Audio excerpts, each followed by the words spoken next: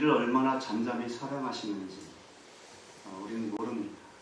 그래서 우리 주님은 짝사랑하는 경우들이 참 많습니다. 너는 아는다. 내가 너를 얼마나 사랑하고 좋아하고 너를 기다리고 있는지, 그리고 너를 위해서 내 생명을 바친 것, 너의 수치를 씻으려고 내 생명을 준 것, 나의 은혜를 너는 얼마나 안다. 여러분, 우리가 주님의 그 사랑을 알면 오늘 이렇게 살지 않겠죠. 그 사랑을 깨닫는 오늘 이 시간 되시기 바랍니다. 아멘. 아멘. 오늘 우리는 이제 잠언 1장 7절 한 절만 읽었습니다. 이제 잠언이 시작되면서 이 말씀을 하고 있기 때문에 이 잠언의 서론이라고 말을 할 수가 있습니다. 오늘 이 말씀은 잠언 전체를 요약해서 한마디로 이야기를 한다면 오늘 이 말씀입니다. 너는 여호와를 경외하라. 여러분, 왜 잠언일까요? 어떤 사람은 그렇게 얘기를 합니다. 잠언 읽어보니까 잠이 그렇게 잘 오더라고요. 그래서 잠이 잘 오는 말씀인 것 같다고 그렇게 얘기를 하는데, 그렇습니까? 만약에 그렇다면 이 잠언뿐만 아니라 그 사람에게는 모든 성경이 다 잠언이 되겠죠. 여러분, 이 잠언이라고 하는 단어에서 이 잠자라고 하는 말은 한자인데 바늘잠자를 씁니다. 바늘잠자를 써요. 그래, 바늘과 같은 말씀이라는 얘기예요. 마치 침 한 방울 딱 놓는 것과 같은 그런 효과가 있는 말씀이라는 거예요. 여러분, 사람이 병들 수 있습니다. 병들면 우리가 물론 양방에 가서 고침을 받기도 하지만 한방 치료를 할 때도 있잖아요. 그럼 한방 치료를 할 때 대체적으로 가면 다 침을 놓습니다. 침을 놓을 때 아무데나 막 찌릅니까? 그렇지 않습니다. 침을 놓을 때는 혈자리가 있어요. 그 혈자리를 정확히 찾아서 거기에다가 이렇게 침을 딱딱 놓을 때에 효과가 나타나지고 내 몸이 건강해질 수가 있는 거예요. 우리 인생도 이렇게 병들 때가 있는데 그럴 때 침 한 방울 놓는 것과 같은 그런 효과 있는 말씀이 있는데 그게 바로 잠언이라는 거예요. 우리 인생에 있어서 이 잠언만큼 귀중한 메시지가 없어요. 얼마나 우리 삶을 바르게 하고 그리고 건강하게 하는지 몰라요. 이건 너무너무 지혜로운 말씀, 지혜의 말씀이 바로 잠언입니다. 그래서 내가 이 잠언을 마치 침 한 방울 맞는 것과 같은 그런 마음으로 이 잠언을 읽게 되면 우리의 영혼은 물론이거니와 우리의 인생이 더 건강하게 되어질 줄로 믿습니다. 아멘. 자, 이렇게 잠언을 시작하면서 서론으로, 아니 이 잠언 전체를 요약해 놓은 그 메시지로서 오늘 이 말씀이 의미가 있다고 한다면 여호와를 경외하는 것이 근본이다. 아멘. 이건 너무너무 중요한 메시지입니다. 여기 근본이라고 하는 말은 이제 시작이라고 하는 말로도 우리가 번역을 해도 괜찮고 기초라고 해도 괜찮습니다. 여호와를 경외하는 것이 기초가 되지 아니하면, 근본이 되지 아니하면 그 지식은 온전하지 못하고 다 무너질 수밖에 없다. 그 말씀이 오늘 이 말씀입니다. 여러분이 알고 있는 지식, 그 지식에 여러분의 인생을 세워놓은 모든 인생, 여호와를 기초 삼지 않고 여호와를 근본 삼지 않는 인생과 모든 지식은 다 헛것이고 무너질 수밖에 없다는 것입니다. 그러면 여호와를 경외한다는 게 과연 뭘까? 세 가지로 한번 정리해 봅니다. 첫째는 여호와를 바로 아는 것입니다. 따라서 합시다. 여호와를 바로 아는 것이 여호와를 경외하는 것이다. 여호와를 제대로 아는 것이 여호와를 경외하는. 여호와를 알지 못하면 경외가 없어요. 하나님이 누군지 알지 못하는 사람이 하나님을 경외하는 경우는 없습니다. 그러므로 여호와를 경외한다는 뜻 가운데 가장 첫 번째는 여호와를 제대로 아는 거예요. 그 다음에 두 번째로는 뭐냐면 그 여호와를 내가 아는 만큼 여호와를 높이는 것입니다. 아멘. 그게 경외하는 거예요. 아멘. 여러분이 여호와를 알면서 경외하지 못한다? 있을 수 없습니다. 하나님을 아는 사람은 반드시 그분을 높이게 되어 있어요. 그분을 찬양하게 되어 있어요. 아멘. 모르니까 찬양하지 않고 높이질 않는 거지. 그러므로 여호와 경외의 두 번째는 내가 여호와를 제대로 알고 그분을 높이는 거야. 그 다음에 세 번째는 여호와를 높이는 만큼 여호와를 두려워할 줄 아는 마음이다. 아멘. 하나님을 알아 내가. 그러면서 하나님을 높이고 있어. 그러면서 하나님을 두려워하지 않는다? 하나님이 어떤 분이신지 알고 하나님을 존귀하게 높여드리는데 내가 그분을 두려워하지 않는다? 그분 앞에서 내가 막 내 마음대로 산다? 있을 수가 없는 거죠. 그러므로 하나님을 진짜 경외하는 것은 뭐냐? 그분을 두려워하는 거야. 그분 앞에 내가 서서 나의 모습을 들여다보고 내가 이렇게 살 때에 과연 하나님 앞에 선 그런 합당한 삶의 모습인가? 그러면서 범죄할 때에 그 하나님의 뜻에 합당하지 않은 마음을 품을 때에 그분 앞에 두려움을 갖는 것. 이게 경외하는 거죠. 여러분, 우리가 살아가는 이 시대를 일컬어서 지식의 홍수 시대다 이렇게 일컫습니다. 정말 우리가 살아가는 이 지금은요, 지식이 너무너무 넘쳐나고 있어요. 우리가 이 지식의 그 넘쳐남을 따라가지 못해. 그 지식의 속도를 감히 따라가지 못해. 우리가 아침에 일어나서 눈 뜨자마자 쏟아지는 것이 수많은 지식입니다. 나도 몰라 지금. 그렇지만 그 지식은 지금 로켓을 타고 비상하고 날아가는데 나는 지금 걸어가고 있어요. 과연 이 지식의 속도만큼 내가 따라갈 수 있는가? 못 따라갑니다. 여러분.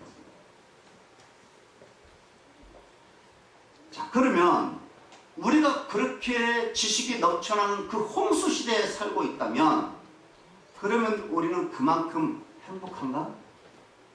지식이 넘쳐날수록 우리가 행복이 넘치는가? 그렇지 않다는 데 문제가 있습니다.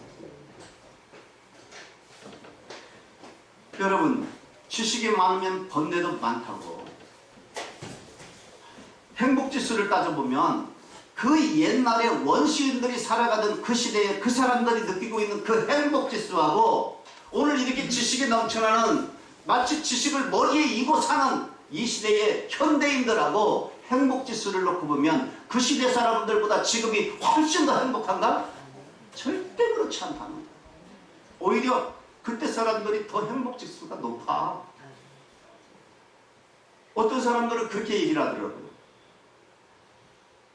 오늘날에 5살짜리가 가지고 있는 그 지식이 그 옛날 수천 년 전에 가지고 있던 그 살던 그 사람들이 60대의 그 지식과 맞먹는다는 거야. 지금 5살짜리하고 그때 당시 60대하고 비슷하대 지식이. 그러면서도 계속해서 이 지식이라고 하는 건 쏟아지고 있어요. 계속해서 나오고 있어요. 계속 달려가고 있어요. 지식은 멈추지 않아요. 그런데 그런 지식이 차고 넘치는 이 세상이 어떻게 됐습니까? 훨씬 더 악해지고 정말 범죄는 더 진흥화되어지고 더 악랄하고 더 정말 잔인하게 이게 범죄 현상이 나타나져요. 요즘에는 뉴스 보기가 겁나. 아니 왜 이렇게 그 아동학대나 그 아동살해 그런 법들이 그렇게 많아. 아니 짐승을 죽여도 그렇게 잔인하게 죽이진 않아. 왜 그래요? 그들이 뭔가 몰라가지고 무식해가지고 지금 그럽니까? 아무것도 몰라가지고? 지식이 없어서 그러냐 그 말이에요. 그렇지 않다는 거예요. 오늘 본문은 그 이유를 분명하게 말하고 있어요. 그게 뭐냐? 하나님 경외하는 것이 근본이 되지 않기 때문에 그렇다는 거예요. 그걸 강조하고 있어요. 하나님 경외함이 없어요. 여호와를 경외하는 그 근본이 없게 되면 이 세상의 모든 지식이라고 하는 건 사람에게 마치 더 잔인하고 더 악랄하게 범죄하게 하는 하나의 매니어를 제공하는 것밖에 안 돼. 이 지식이라고 하는 거예요. 그래서 배우면 배울수록 더 잔인하고 더 악랄해지고 말이죠. 더 교묘하게 그렇게 범죄를 하는 겁니다. 오늘날 현대인들은 지혜와 지식을 잘 구별하지 못하는 것 같습니다. 물론 수천 년 전에 살았던 그 사람들과 오늘 사는 우리들의 지식은 비교할 수가 없어요. 아까 말씀드린 것처럼 그렇게 차이가 많이 나요. 많은 지식을 지금 우리들은 가지고 살아요. 그런데 보세요. 유대인들의 지혜서라고 하는 탈무드라고 하는 책 여러분 아시죠? 얘기 많이 들어보셨죠? 네. 탈무드 여러분 그냥 이렇게 요약본 해가지고 거기에 중요한 몇 개 따가지고 책을 만들어가지고 여러분 집에 있을 수 있어요. 탈무드라고 하는 책이 굉장히 많습니다. 그러나 그 탈무드는 굉장한 양입니다. 그런데 그 탈무드는요 수천 년 동안 그들이 읽어왔는데 이렇게 시대가 변하고 세상이 바뀌어서 지식이 많아지기 때문에 그것 조금씩 개정해가지고 쓸 수 있잖아요. 그런데 유대인들은 토시 하나 틀리지 않게 그걸 그대로 읽고 있습니다. 지혜입니다. 왜 그러냐? 지혜라고 하는 것은 인생의 근본 원리이기 때문에 그렇습니다. 지식은 수없이 바뀌어요. 시대가 바뀌어요. 과학이 자꾸 문명이 발달하니까 지식은 자꾸 새로운 지식이 나오고 바뀌게 되어 있어요. 그러나 인생의 원리는 하나예요. 그 지식은 수많은 지식이 나와야 되지만은 지혜는 하나예요. 바뀌지 않아요. 그게 지혜와 지식의 가치의 차이입니다. 너무너무 귀합니다. 그런데 유대인들은 그 지혜를 배우는 가장 적합한 장소를 어디를 선택했는지 아세요? 가정입니다. 가정이라고 믿었어요. 가정에서 지혜를 전수해야 된다고 그들은 믿었어요. 그래서 그들은 계속해서 이 가정에서 이 탈무드를 읽게 했습니다. 그런데 우리들은 어떠냐? 자꾸 자녀들을 어디로 몰아요? 학교로 몰아내고 학원으로 몰아내고 시설 좋은 학교, 그 다음에 기술을 잘 가르치는, 지식을 잘 가르치는 학원으로 보내요. 가서 뭐 배우라고? 지식 배우라고. 지혜는 별로 중요하게 여기질 않아. 지식이 중요해. 살아가는 수단으로서의 지식이 그만큼 중요하다고 생각을 하기 때문에 자꾸 학교나 학원으로 보내지 가정에서 교육하려고 하질 않아요. 근데 이스라엘 백성들은 그렇지 않았어요. 먼저 가정 안에서 이 지혜로운 탈무드, 다시 말하면 하나님의 말씀을 그렇게 가르치고 주입을 시켰습니다. 그리고 나서 세상으로 보내는 거예요. 그래서 이스라엘 백성들은 애가 태어나면 제일 먼저 가르치는 게 뭐냐? 이스라엘아 들으라. 들으라. 너는 들으라. 이걸 히브리어로 쇠마라고 해요. 쇠마. 신명기 6장 4절부터 9절까지 있는 말씀인데 이걸 그냥 달달달달달달 외우도록 했어요. 우리는 초등학교에 가가지고 국민교육 헌장을 달달달 외웠지만은 유대인들은 국민교육 헌장을 뭘로 삼았냐면 하나님의 말씀으로 삼아. 이 쇠마 들으라. 너는 들어라. 계속 한번 읽어볼까요? 우리 신명기 6장 한번 여기 띄워주세요. 6장 4절부터 9절까지 시작. 이스라엘아 들으라. 우리 하나님 여호와는 오직 유일한 여호와이시니 너는 마음을 다하고 뜻을 다하고 힘을 다하여 내 하나님 여호와를 사랑하라. 오늘 내가 네게 명하는 이 말씀을 너는 마음에 새기고 내 자녀에게 부지런히 가르치며 집에 앉았을 때에든지 길을 갈 때에든지 누워있을 때에든지 일어날 때에든지 이 말씀을 반복하시며 너는 또 그것을 내 손목에 매어 기호를 삼으며 내 미간에 붙여 표로 삼고 내 집 문설주와 바깥문에 기록할지니라. 아멘. 이걸 어디서 가르쳤다고요? 가정에서. 여러분의 가정에서 이거 가르칩니까? 그런 가정이 있으면 진짜 하나님 앞에 복을 받는 가정 될 거예요. 근데 이스라엘 백성들은 학교로 보내서 이걸 가르치지 않았어요. 가정에서 잘 이걸 천번만번 그냥 자녀들에게 계속해서 반복해서 들려주었던 겁니다. 여러분, 그런데 중요한 건 요 말씀을 그렇게 강조를 했는데 이 말씀의 이 쇠마의 핵심 내용이 뭔지 아십니까? 그게 바로 여호와를 경외하라는 거예요. 응? 너는 마음을 다하고 뜻을 다하고 힘을 다하여 내 하나님 여호와를 사랑하라. 네가 사랑하고 그걸 네 자녀에게 계속해서 가르치라 그 말이에요. 여호와 하나님을 경외하는 것 그거 먼저 내 자녀에게 가르치라는 거예요. 여러분 여호와를 경외하는 그것이 근본이 되지 아니하면 그것이 기초가 되지 아니하면 그 외에 어떤 것도 의미가 없다는 거예요. 여호와를 경외하는 것이 없으면 아무리 그 사람이 세상 지식 많이 쌓은들 아니면 세상에 재물을 많이 쌓은들 세상에 명예와 권세를 가진들 그건 아무런 의미가 없다는 거예요. 그건 다 불타 없어져 버릴 거야. 내가 하나님의 영원한 기업을 받는 건 아무것도 의미가 없어요. 그것까지는 안 돼. 여호와를 경외하는 것이 근본이 되지 않냐면 그 지식과 모든 재물과 그 인생 자체가 다 허사해요. 무너진다는 거예요. 불타버린다는 겁니다. 여러분 우리가 하나님을 알게 되면 아까 말씀드린 것처럼 하나님을 알게 되면 하나님을 경외하게 되어 있고 하나님을 경외하게 되면 중요한 게 뭐냐면 두 가지 눈을 뜬다는 거예요. 두 가지 눈. 하나는 뭐냐? 무슨 눈을 뜨느냐? 내가 나를 객관적으로 볼 줄 아는 눈이 열린다는 겁니다. 나를 객관적으로 보는 눈이 열려. 이게 굉장히 중요한 거예요. 하나님을 경외하는 순간에 나를 볼 수 있는 객관적인 눈이 열려버린다는 거예요. 여러분 사람들은요 다 주관적인 눈을 가지고 있어요. 다 자기 자신에 대해서는 그쵸 관용하고 그쵸 그냥 동정심을 가지고 자기 자신을 봐. 다 자기를 이해하고 다 관용하는 그런 눈으로 본다고. 그런데 다른 사람을 향해서는 철저하게 비판적인 눈을 가지고 봐요. 이게 왜 그러냐? 자기 자신을 볼 줄 아는 객관적인 눈이 없기 때문에 그래요. 인간은 다 그렇게 삐딱하게 돼 있어요. 기울게 돼 있어요. 우리가 하나님을 믿는 이유 중에 하나는요.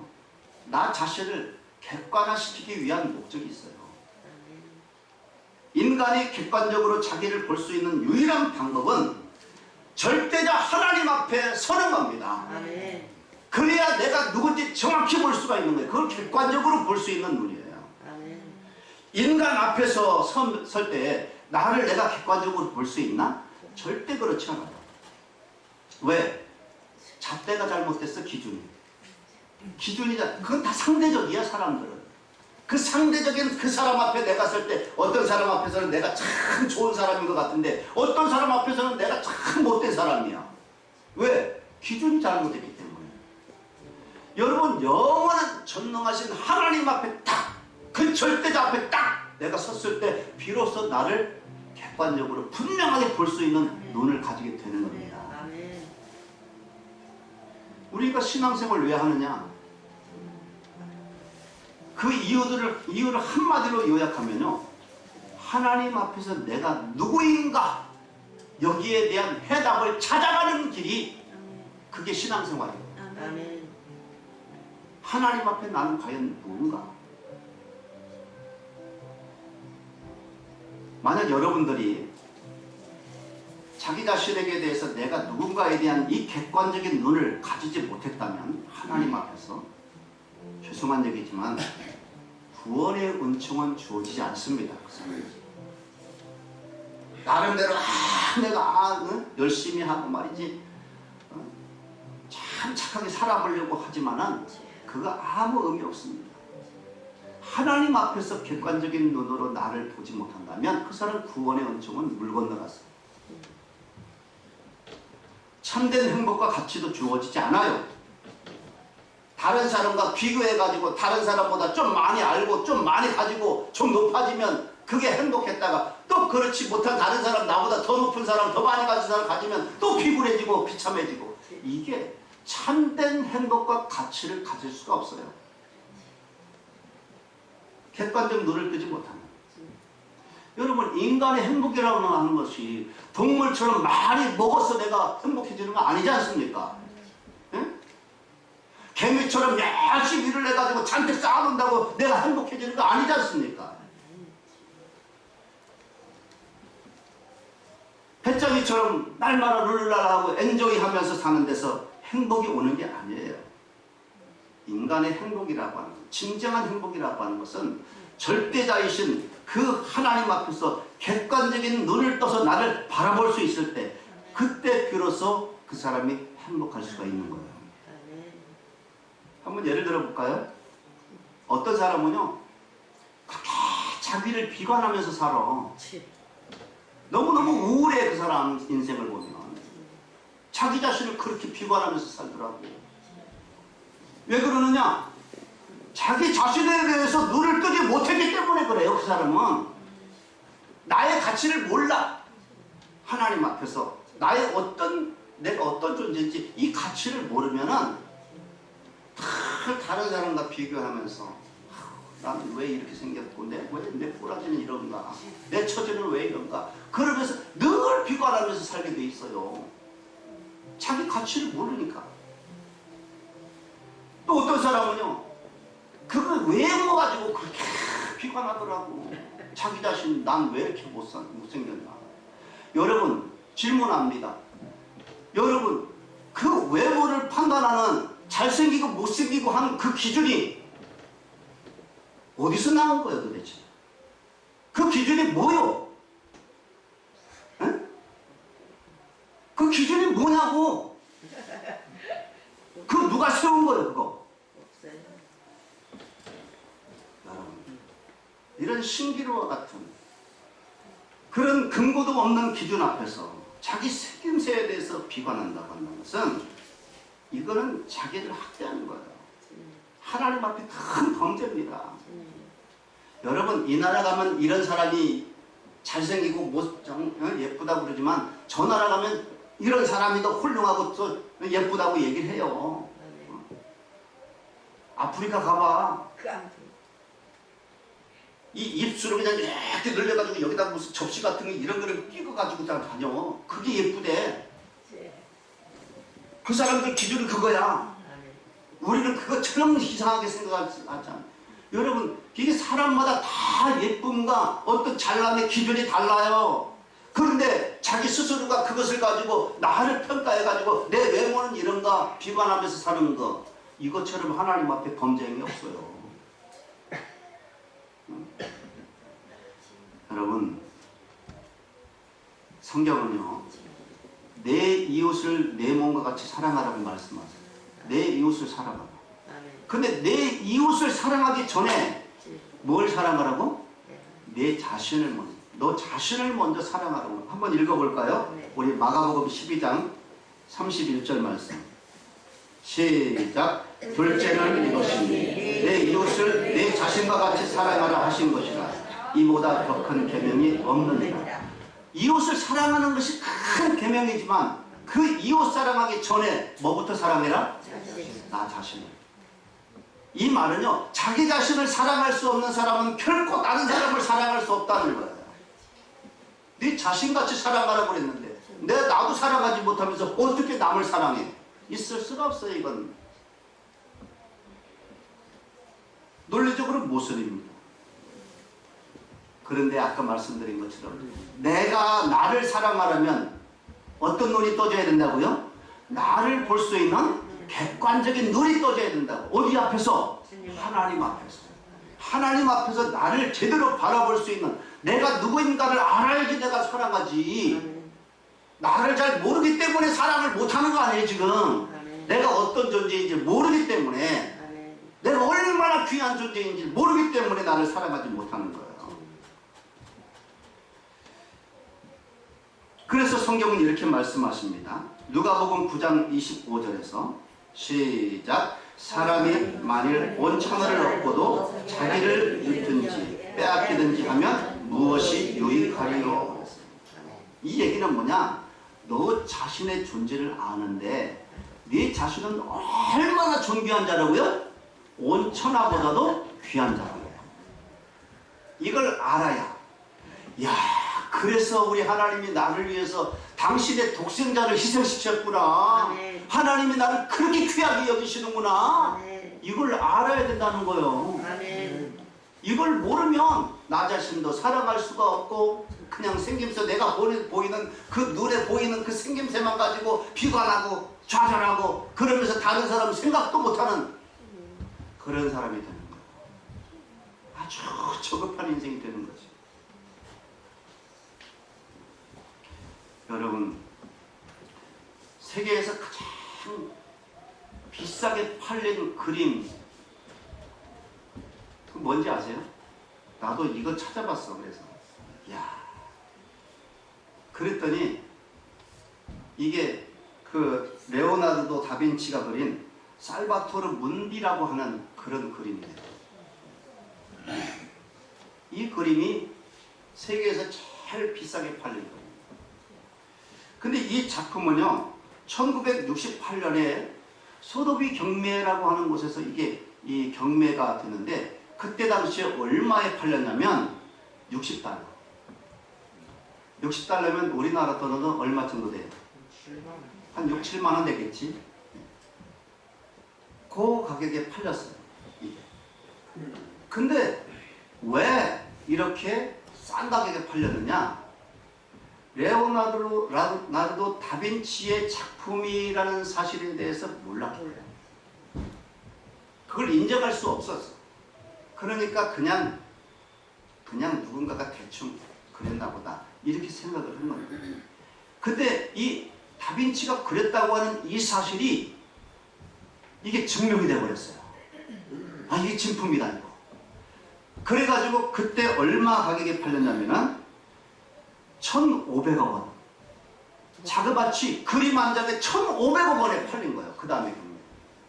이것이 이제 2017년에 뉴욕 크리스트 경매에 다시 나왔는데, 이 그림이 그때 당시에 미술품 경매 역사상 가장 최고가를 기록했어요. 얼마냐? 약 4,900억. 4,900억 원에 팔린 겁니다. 누가 샀느냐? 사우디아라비아의 왕세자 무함마드 빈 살만이라고 하는 사람입니다. 억수로 부자인가요? 근데 여러분, 그것도 놀랄 일이 아니에요. 4,900억. 그건 아무것도 아니야. 진짜 비싼 그림들은요, 아예 나오질 않아요. 각 나라에서 보물로 여기는 그런 그림들은 경매에 나오질 않습니다. 팔질 않습니다. 그 나라에서. 아무리 돈을 갖다 쌓아두어도 살 수가 없어요. 그 중에 하나가 뭐냐면 프랑스 루브르 박물관에 있는 모나리자라는 그림이에요. 이건 억만금을 주어도 살 수가 없어. 왜? 프랑스 정부가 안 파니까. 근데 어떤 사람이 그래도 한번 가격을 한번 추정해보자. 그래가지고 가격을 한번 추정하는 책을 냈어요. 모나리자 가격 얼마인가. 그 책이 있어요. 근데 그 책에는 그 저자가 그 모나리자 이 그림에 얼마쯤 될까 그 계산을 추정해가지고 했는데, 어떻게 계산했냐면 이 프랑스 루브르 박물관에 1년에 방문하는 그 관광객이 그 박물관에 방문하는 관광객이 830만 명이랍니다.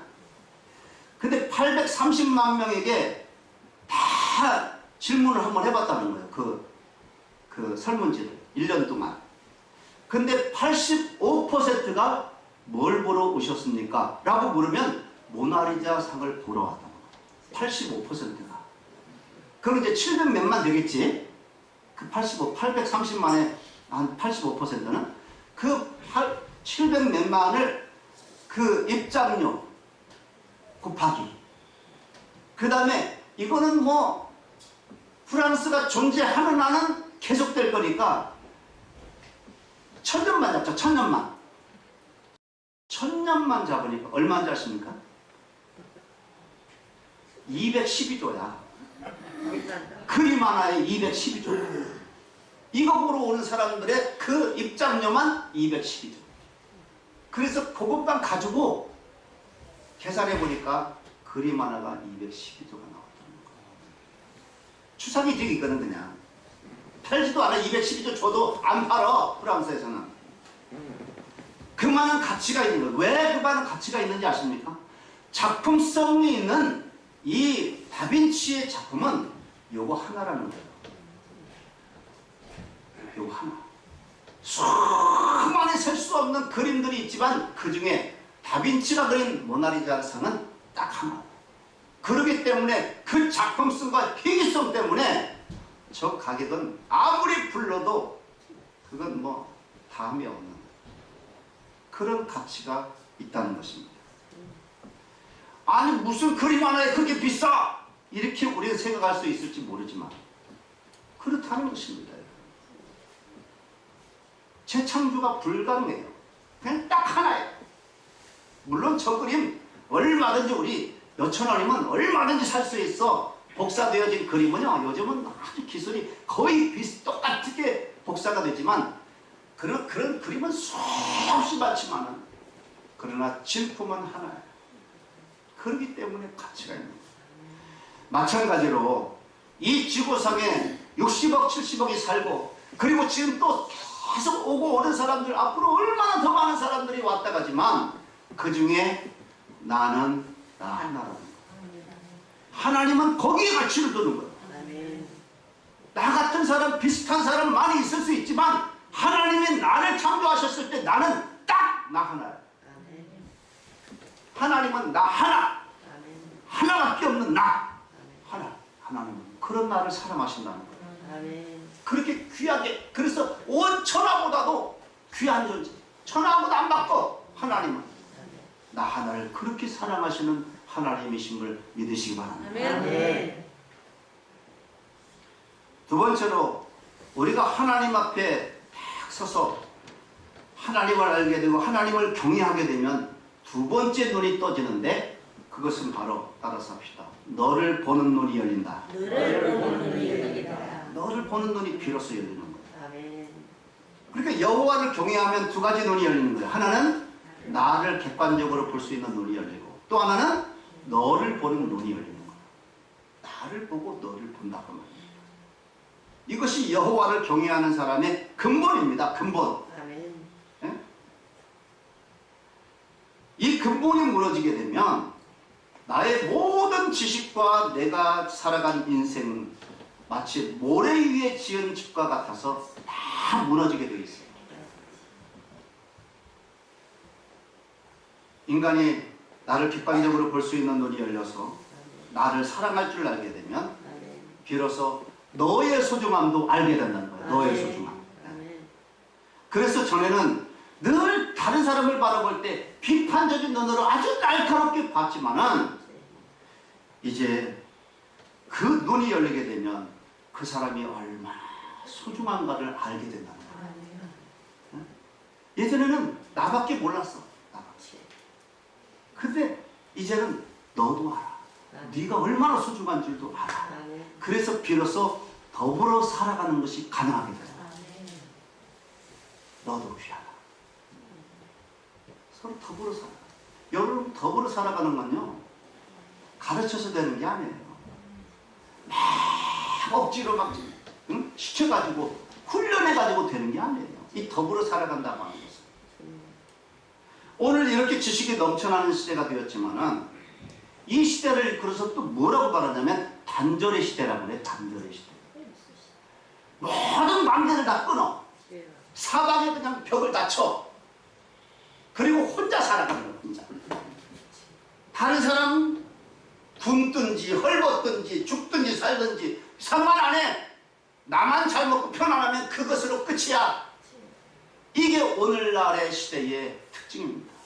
단절의 시대라는 거. 어떤 사람은요 자기가 아파트 사는데 지금 10년쯤 사는데 10년쯤 사는데 그 계단을 올라와 가지고 양쪽에 문이 있잖아요. 우리 집이 있고 저기 상대방이. 근데 그 우리 집 맞은편에 있는 그 집에 누가 사는지 10년 동안 한 번도 만난 적이 없대. 그럴 수가 있나? 아니 그래도 뭐 이렇게 마주치지 않아도 좋은 일이 있거나 그러면은 좀 방문해서 뭐 떡도 좀 한번 전달하고 그럴 수도 있잖아요. 우리 옛날 사람은 여러분 자동적으로 되잖아요. 이게 뭔 잔치 있으면 뭐 만들었으면 좀 나눠 먹으려고 이웃에 쫓아다니잖아요. 지금은 전혀 그런 거 없어. 나 안 갈 테니까 너도 오지 마. 딱 그냥 남남이에요. 완전히 남남이에요. 그렇게 살아가는 거예요. 이웃은 고사하고 여러분의 집구석은 어떻습니까? 예? 식구들이요 다 따로따로야. 출근하는 시간도 다 옛날에는 원식구 오남삼녀 팔남매 우리 또 한 방에서 사는 적이 있었어요. 그냥 한 방에 안방 큰 거 하나 해가지고 거기에 다 비비져 자. 근데 지금은 안 그렇잖아요. 다 방방마다 각자 다 자기 방이 다 있어. 그래가지고 언제 들어왔는지 언제 나갔는지 애들도 따로따로야. 언제 학교 갔는지 누가 나갔는지 들어왔는지 몰라. 그리고 들어와서도 지 방에 딱 들어가가지고 뭘 하는지 몰라. 그게 오늘 현대인들 지금 지식이 넘쳐나는 오늘날의 세대가 살아가는 방식이에요. 식구들도요 침해하면 안 된대요. 간섭하지 말아요. 엄마 아빠가 자녀들에게 잔소리 못해요. 엄마 인생 엄마가 살고 아빠 인생 아빠가 살고 우리 인생은 우리가 살기 때문에 관심 끊으라는 거예요. 관심 끊으라는 거. 이야, 오늘날의 세대가 이렇습니다. 그러다 보니 이걸 확대해 놓은 것이 바로 오늘 우리가 살아가는 세대라고 볼 수가 있어요. 옛날에 386 세대라고 하는 말 들어보셨나요? 30대의 나이로 80년대에 대학을 다니고 60년대에 태어나서 그게 386 세대예요. 60년대에 태어나서 80년대 대학 다니고 30세가 된 사람들을 향해서 일컬어서 386 세대라고 해요. 근데 이 사람들은요 특징이 있어요. 한마디로 사회 참여의식이 아주 강해요. 그러면서 아주 비판의식이 강한 세대예요. 그래서 이들은 언제나 민주화 운동을 해야 된다고 늘 데모하고 투쟁을 했던 세대예요. 우리 세대. 386 세대. 우리부터 해가지고 한 10년 아래 그 정도의 세대를 말합니다. 한때는 이 386 세대가 이 세상을 주름잡고 살았던 때가 있었습니다. 그 다음 세대는 어떤 세대냐? X세대래, X세대. 이 X세대는요, 70년대 태어나서 90년대에 대학을 다닌 사람들, 그 사람들을 이끌어서 X세대, 한 10년 정도 후 사람들을 말하는데, 이 세대의 특징은 뭐냐? 386 세대보다도 한술 더 떠. 그래가지고 소비 성향이 강하고 아주 자유분방한 세대예요. 그래서 이 사람들은요, 군대 가가지고도 상관말 안 들어. 합리적이지 않으면 안 들어. 우린 명령에 살고 명령에 죽었거든? 근데 얘네들은요, 군대에서 뭐라고 그래도 그거 좀 왜 그렇게 해야 돼요? 그러면서 반항을 하면서 조금 마음에 안 들면 탈령해버려. 이런 세대가 X세대. 또 M세대라고 있습니다. 그 다음 세대를 말하는 거예요. 이 80년대에 태어나가지고 2000년대에 대학을 다닌 그런 이제 사람들을 일컫습니다. 이 사람들은요, 인터넷과 컴퓨터에 대해서 아주 도같았어. 핸드폰 아주 그냥 빠삭해. 이런 X세대와 그 다음에 M세대를 합쳐서 통칭해가지고 P세대라고 일컫습니다. 근데 지금 이 사회는요, 이 P세대가 주력을 잡고 있어요. 여러분, 지금 50 넘고 60 넘은 사람들이 지금 30, 40대에 20, 30대에 이렇게 가서 뭔가 대화를 해보려고 시도하면요, 꼰대라는 말 듣습니다. 말 안 통합니다. 대화 안 통합니다. 지금 제가 설교하는 것도요, 젊은 세대들 들으면 말이 안 통합니다. 그게 신앙생활이라고 하는 것을 설명하는데도 그건 이해를 못해, 그 사람은. 그냥 자기 나름대로의 인생 방식 가지고 살아가면서 교회에 나가면 그만이지 하나님의 말씀 어떻고 저떻고 안 듣습니다, 지금. 그래서 지금 교회 안에도요 5, 60대 그 70대까지 그런 분들의 신앙하고 지금 20, 30대 신앙하고 완전히 다릅니다. 목사를 우습게 하고 목사 내가 그래도 이렇게 머리가 까맣게 물을 들인 이유가 왜 그러냐, 너무 노땅처럼 들면 이게 교회 안 나와. 그게 조금이라도 좀 젊어 보이려고 내가 이렇게 지금 물을 들이고 있는데, 물을 들일 뿐만 아니라 뒤에도 머리가 좀 났더라고. 났죠? 네. 머리가 났어. 예. 젊어지는 것 같아. 아멘. 여러분 교회는 젊어져야 돼요. 아멘. 연세 드신 분들도 그거 아셔야 돼요. 젊은 세대들, 나이 어린 것들이 그렇게 하면 안 됩니다. 나이 드신 어르신들이 나이를 젊게 사셔야 됩니다. 아멘.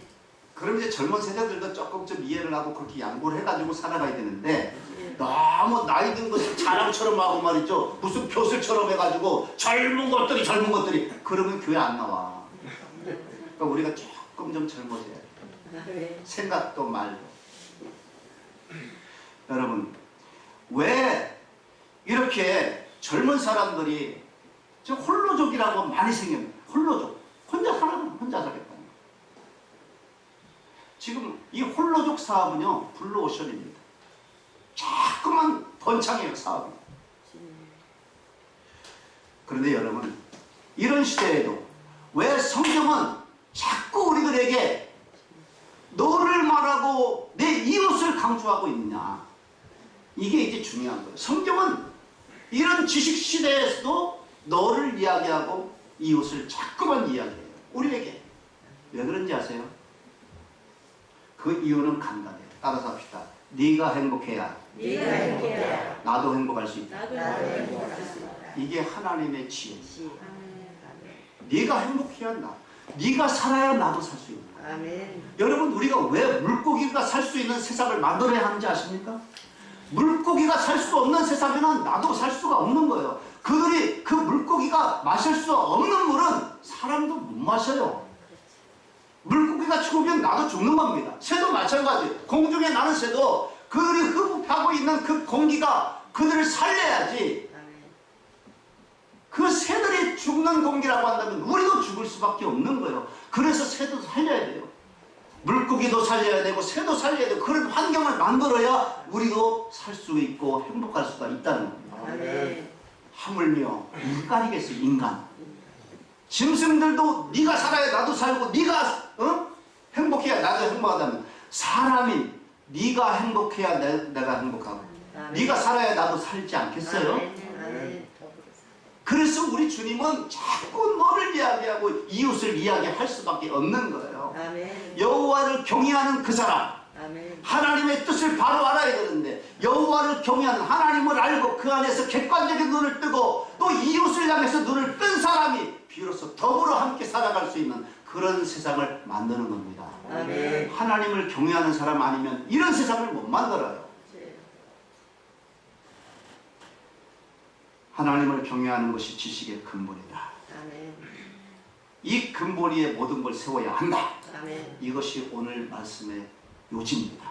아멘. 지식도, 나의 삶도, 나의 가정도, 심지어는 나라와 민족도 여호와를 경외하는 근본 위에서 서 있지 못하면 다 무너지는 거예요. 여러분은 어떻게 살아오셨나요?